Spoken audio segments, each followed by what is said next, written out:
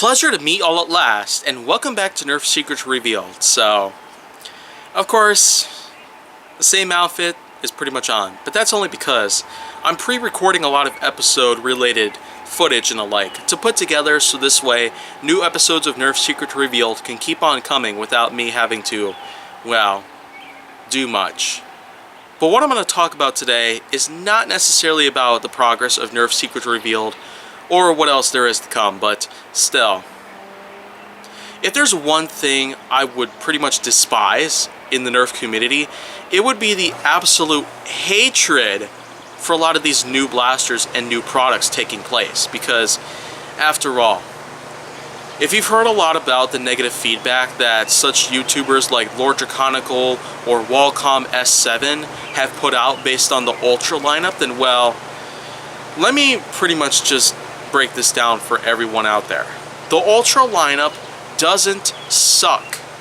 It really doesn't. Because, well, for one, I have never had a problem with any of my Ultra Blasters, considering the fact that I still have the 1 and 2 only, plus a lot of Ultra Darts. But I have yet to pick up the 4 and 5, which have pretty much come out by now. And the second thing that I might as well apply right now is the fact that, well, of course, not every lineup is for everybody. And not everything that they have to offer is also for everybody. Because, of course, unless you're just willing to give a proper review out to some of these blasters here, then, well, don't talk crap about these blasters here. Now, many people out there are probably going to wonder why I'm simply opposing this, because after all, the popular vote simply suggests that the lineup does not constitute anything good about the Ultra lineup itself and the Nerf toy line itself in general, but I have yet to simply make quite a few, well, comebacks to this. Though you know what? I might as well at least try to dive in and get to the exact core of why people are pretty much having consistent hatred against a lineup like this. A lineup that hasn't even been around for 1 year. And yet, there's a good chance that we might have a grand total of 9 Ultra Blasters, all in about 1 year.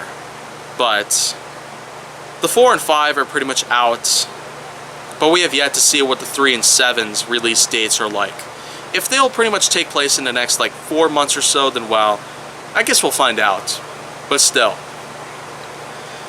I could probably suppose a couple reasons why the Ultra lineup might not appeal to some people out there, especially to those who are pretty big thrill seekers and high-end variety users like myself. Now, of course, we've heard a lot about Lord Draconical's reviews based on the Ultra 1, 2, 4, and 5, which have all come out on a pretty good basis. I mean, as far to my knowledge, the 4 and 5's reviews have taken place as early as January and February.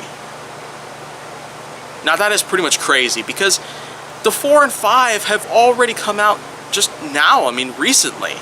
They have never really come out to the public for a while, possibly due to the NCOV pandemic that has taken place throughout the last 6 months or so. And I'm not really going to tally up how badly the death count is, but still, the toll is definitely high in terms of how many people have died. But going back to the Ultra lineup itself, I probably could assume that not many people are going to be big fans of the Ultra lineup itself, and I've done some research, trust me or not, but if there's like 2 things that some people might find to be a bit of a frustration or an annoyance of all sorts, then I guess the triggers of some Ultra Blasters might not be one of the best things to apply out there.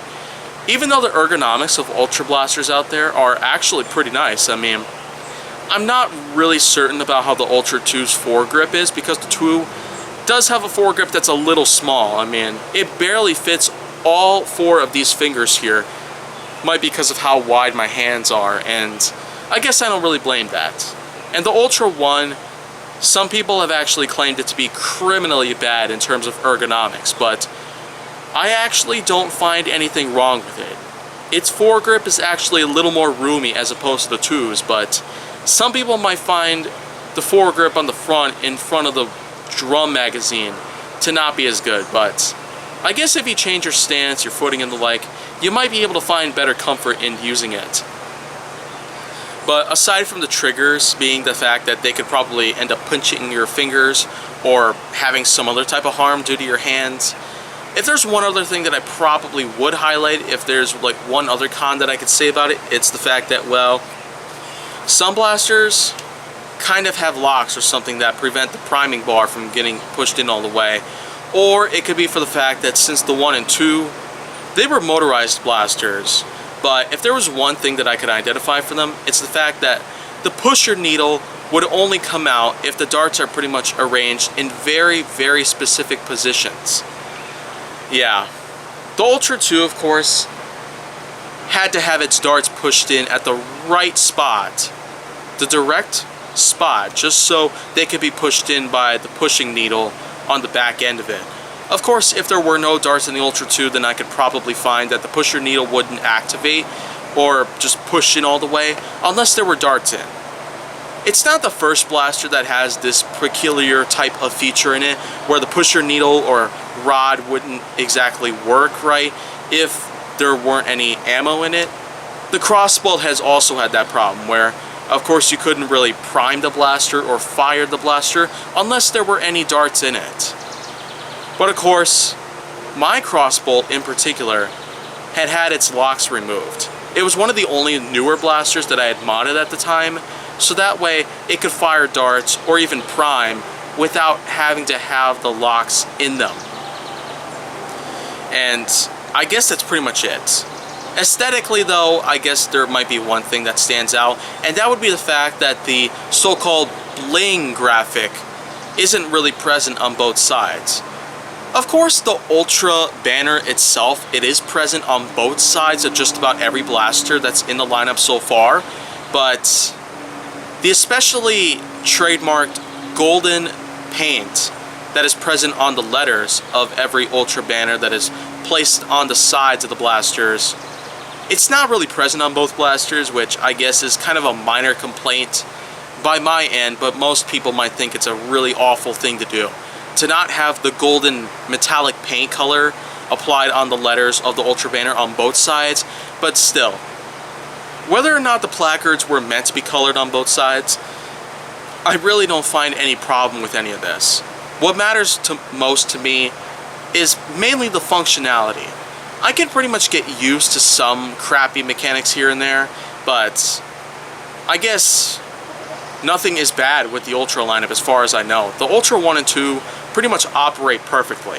It's just that little minor thing that kind of gets in the way every time that I try and use them, when the rod doesn't really engage all the way through and I can't really get a full push in on the trigger. And the trigger pull is usually shallow most of the times. That's probably one of the other things I could highlight here, but again, I can adapt to crap almost every time on a daily basis. So that's pretty much what I got to say here based on that lineup itself. But let's not forget, I will talk a lot more about the Dorado or Outlaw projects, which are the Ultra 8 and Ultra 9, later on. But we have yet to see what the Outlaw project itself looks like. The Ultra 9 in particular. But if you want to see more, go down on my channel. Make sure that you like, subscribe, comment, follow me on social media, and stay on the Hollywood side